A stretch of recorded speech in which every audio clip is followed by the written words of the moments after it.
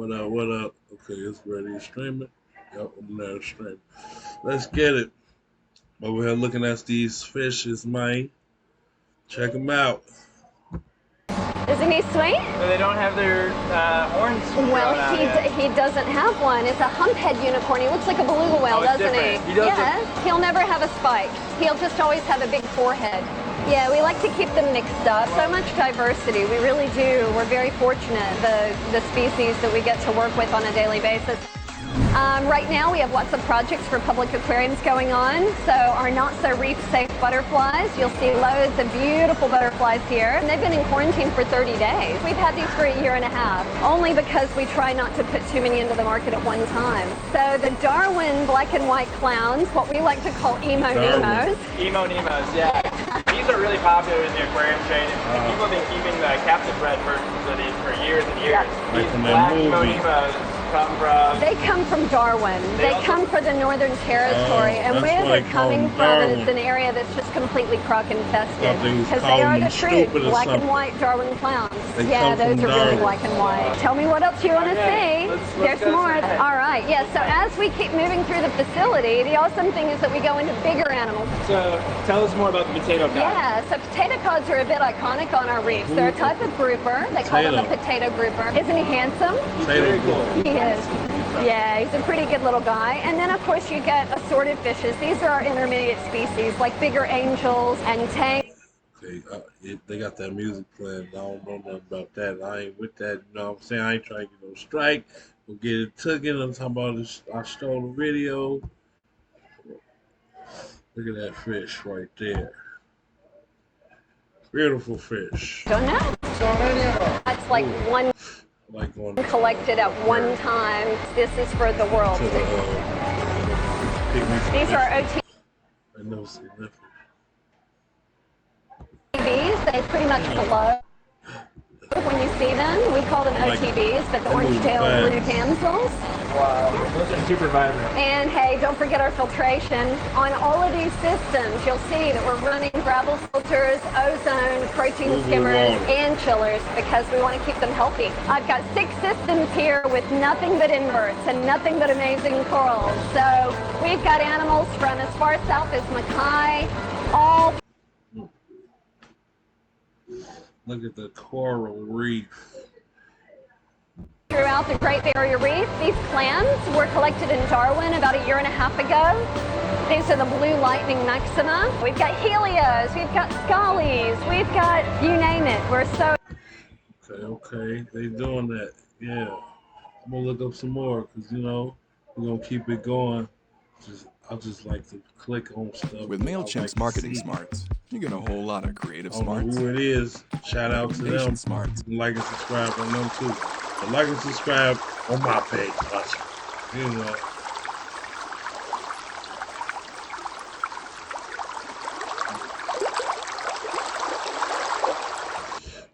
That there, that's a puffer fish. I know that. I don't know about a lot of these others. I wish I knew a lot so I could just name every fish. So, which one? This one? The blue, the other one. This? What was it called again? Nemo. That wasn't Nemo. Nemo was the little. He was the Darwin fish.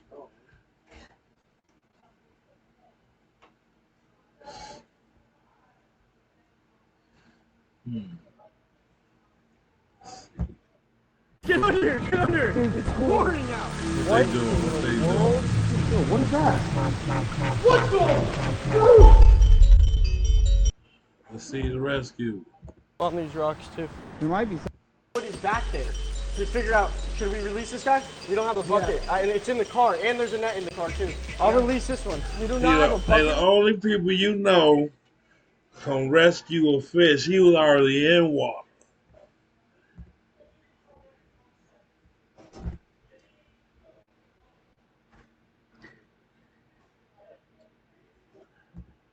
Going in. Dude, he's red. Yeah, what the? Look how crazy this is. Tide pools for days. Literally in a pocket full of water. He's under the rock. Second pistol shrimp going in. I think I'm gonna do it.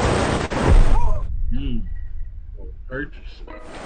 So all these little tide pools, as you can see, they're full of water. And what exactly happens is the water, like I said before, completely drops from the beach right there. All that water is covering this. And then when it drops, it ends up filling up the little pocket pools. And that's what's happening right now. And a lot of the times, the invertebrates, little fish and stuff get trapped up in here. So, what? Really? Yeah, really, really sick fish. All right, let's go. Oh, look at this. What is it? What is that? Oh, look at that. What type of fish is that? I don't know. Dude, he's red. Yeah. What the? Yeah. He can't, there's no way he can get out of here. He's trapped. He's literally trapped. That's crazy. Oh, you got him. Look at this fish we just caught. First find of the day. Dude, that thing is beautiful. If you guys know what kind of fish this is, comment down below and let me know in the comments. Wow, that is so boom. This is probably a pair right here. Oh my god. Dude, look at that. Literally in a pocket full of water. And it's crazy because it's almost like 4 inches deep, but so small. That is 100% a pair. Look at this. I want to try to get one out to show you guys. Oh. Come on, buddy. He's lodged onto that rock, but look at that. That's so sick. Right there is a little coral banded shrimp, right in the tide pool.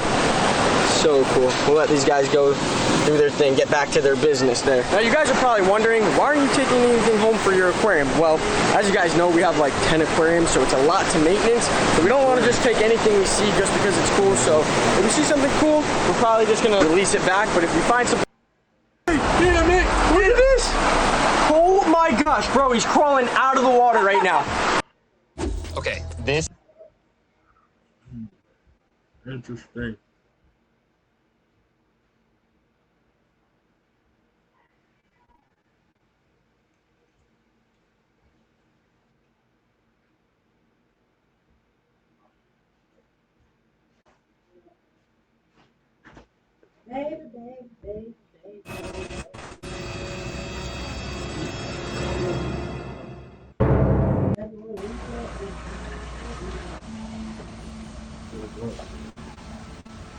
All right, guys, let's take a look.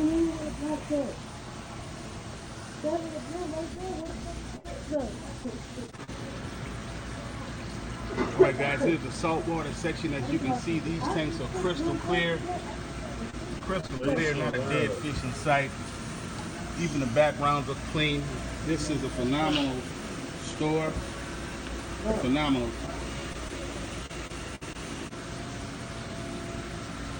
Take a look at the African cichlids. Check them out, guys. Absolutely clean. Back here, the vanilla white lobster. Pretty unique crayfish that I might add. I would say so myself.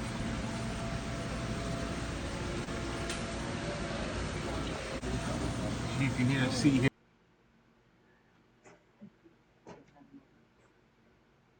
Here's some of the angelfish. They look great. White skirt tetra. Take a look at the koi. Koi look really nice. All of these tanks are in pristine condition. Pristine. Nice tank. Some plants are actually in water, guys. Check that out. Phenomenal.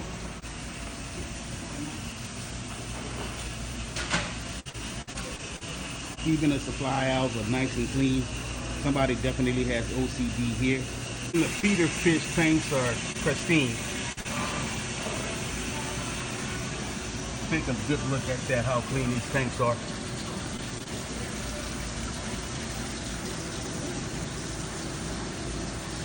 It's wonderful. It's really good to see things like this, guys.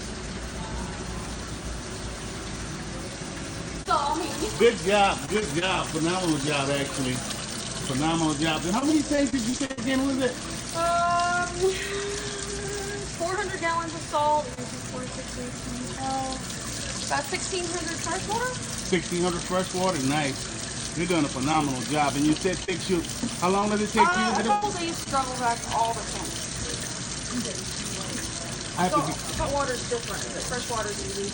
I have to be honest, I've seen people doing water changes and cleaning things, but I've never seen anyone physically gravel vacuum, so kudos to you. Yeah, never. This is actually my own hose too. I bought Oh, this. really? Yeah.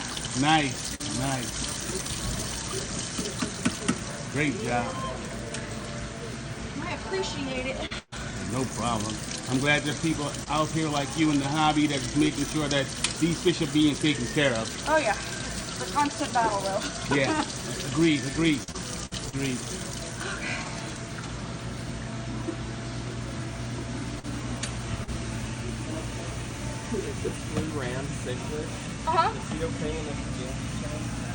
They are semi-aggressive. Powder blue dwarf gourami Depends seal. on what kind of fish. They should be okay. Another successful visit. And this is Petco on FM 1960 in Eldridge, Houston, Texas.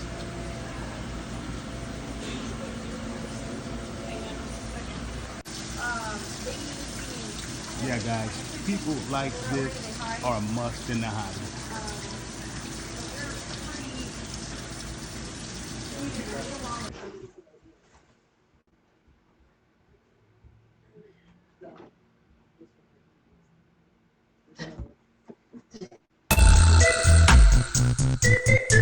Is on comes from the Caribbean and is most often found in the southern parts of the Caribbean. It has a preference for deep water habitats and likes to hide in and out of holes, so it's hard to catch because you have to dive deep and you have to know how to catch this fish. In the American aquarium market, this fish generally costs about $1,000. Occasionally you'll find a deal on one for $750 to $800, but in Asia this fish is going to cost well north of $1,000. Like the Femininus wrasse, it has this beautiful coloration with a bright yellow body and these brilliant purple stripes with a flag tail, and this is another fish that is really well worth the money if you have those kind of means. So this is an aquarium classic. Definitely look out for one if you ever get the chance to see it, and totally worthy of being on this list. Is it has what's called an inverted price structure. So the smaller the fish, the more expensive it is, and that's because smaller specimens adapt much better to aquarium life. This specimen was filmed in the aquarium of Chris Campbell, and the conspic, for short, is one of my all-time favorite rare aquarium fish. I've never owned one, but the fine scales making for that really smooth body color is just something I will never get over. I love this fish. Generally will cost around $1,500 to $2,000, up to $5,000 for a small one, but if you see this fish in person, I think you'll agree it's well worth it. Number 7 is the first sturgeon fish on our list, the gem tang, Zebrasoma gematum. This is definitely a status symbol fish. The yellow tang is available widely in aquariums for about $50. A nicer version would be the Red Sea purple tang for $200. But if you want the ultimate sturgeon fish, you've got to go with a gem tang. This is a fish that I worshipped when I was a kid. I'll never forget seeing pictures of this fish in books. And the price of this fish is going to vary quite a bit depending on when you live. The gem tang comes from the Western Indian Ocean, which is much closer to Europe than it is to America. So in Europe, this fish might cost as little as 500 euros per fish, about $600 or $700. But in America, you're looking at about $1,500 to $2,000 for a single fish. Some of these fish are seen here were filmed at one of my local fish stores, Stone Aquatics, which has a tank with 5 of them, and it's really just their personal collection. But this is a fish, again, I've never kept one myself, and I would love to have one, even though I love yellow tangs, I love purple tangs. There's just something about a gem tang that's definitely on my bucket list. Nice. Number 6 is the wrought iron butterfly fish. Chitodon didama from Japan is a gorgeous species of butterfly fish with a unique coloration from all other species. Generally, butterfly fish have a lightish, cream-colored body, but what makes the wrought iron butterfly fish so special is that it has this black wrought iron appearance that looks like obsidian scales edged in white. Meanwhile, the dorsal, anal, and tail fin are edged in a bright yellow. The reason this fish is in such high demand is because it's a hardy and a great aquarium fish. It's easy to keep, great personality, and outside of Japan, you might expect this fish to cost in the neighborhood of $2,000 to $2,500. If it's a small specimen, it's going to cost a little bit more because those are more rare. This fish is not rare because of status symbol or expensive because of that reason. It's just a beautiful, gorgeous fish, and simply not that many of them are shipped out of Japan. But this fish definitely deserves to be on this list. I'll eat them. $2,000 fish. Always appreciate seeing one in person, and I hope you will next time you see one yourself.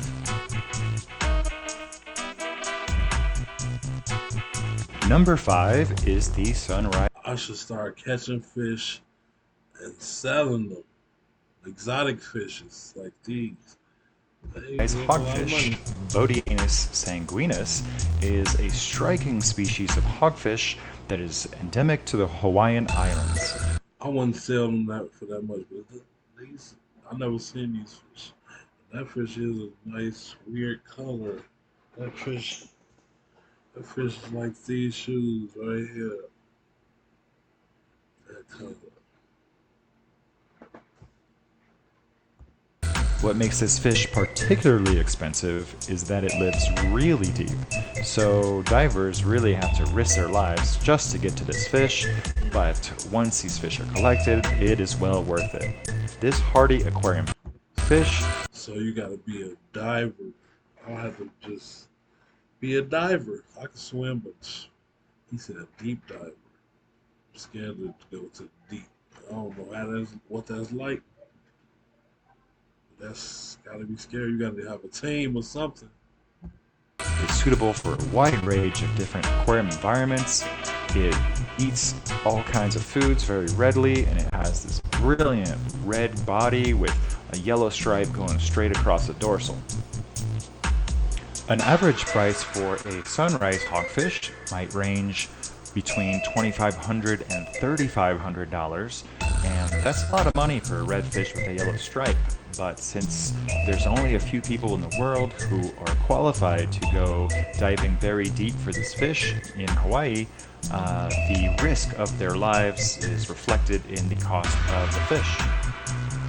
One thing that many of the fish in this video have in common is that they are species which I have appreciated since I was young. When I first learned of the sunrise hogfish, there was only one photograph of this species alive taken from a deep-sea submersible, but thankfully, due to a growing aquarium hobby, this fish is much more widespread, and I generally see one or two a year, and it's still one of my favorites.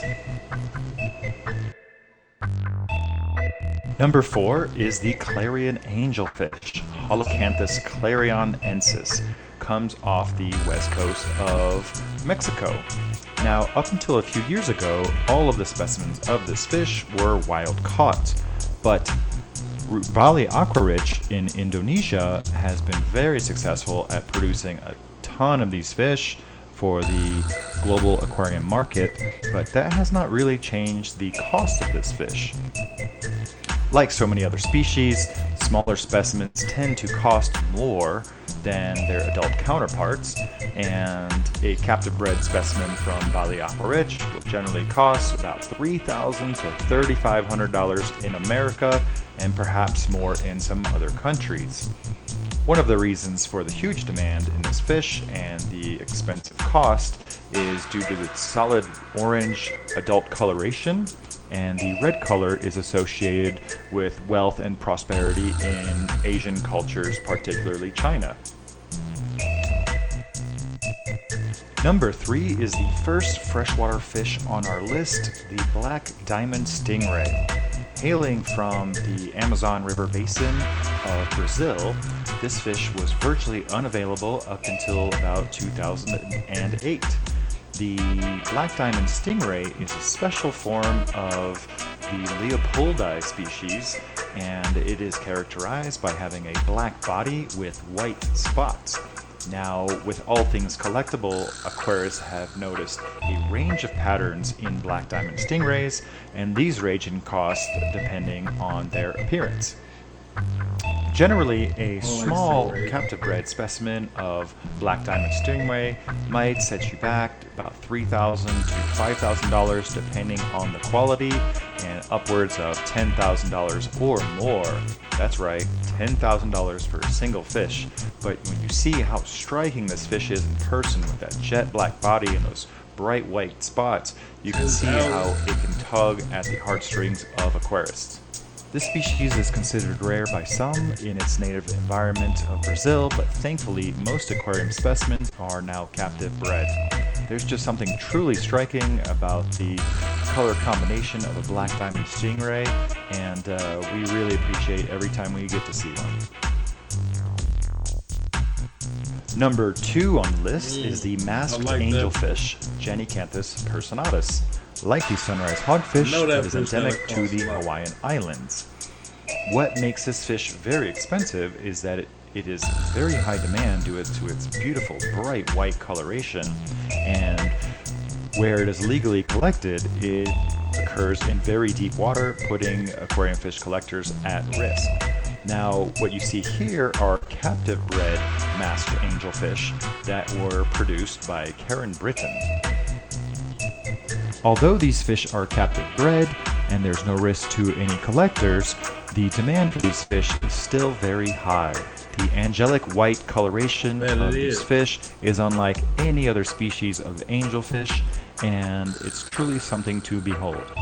These fish show a juvenile coloration with that white body and a black eye stripe, but as they mature, one specimen will turn into a male, and the males are also solid white, but with a brilliant yellow-orange dorsal and anal fin to frame its unusual face, which is also a bright yellow.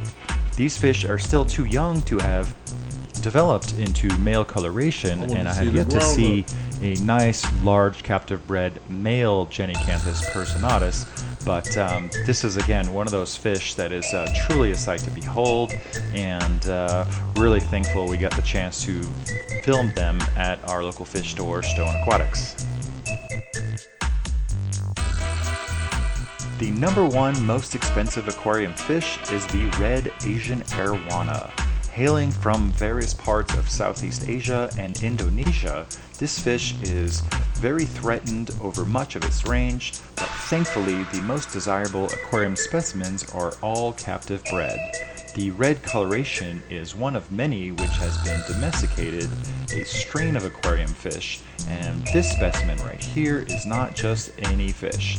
This is the grand champion at the Aquarama Arowana competition from 2013. A captive bred red arowana usually starts in price at about $3,000 and up, depending on quality, but since this fish is the grand master, the grand champion, the big dog of the arowana competition, it is virtually priceless because of its offspring will be in very high demand.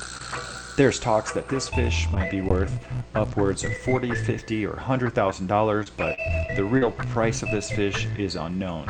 What is known is that this is an amazing fish, and when you get to see one, it is truly an experience. Nice fish. I want to end it on his face. Yeah, man, I love fishes. I love animals.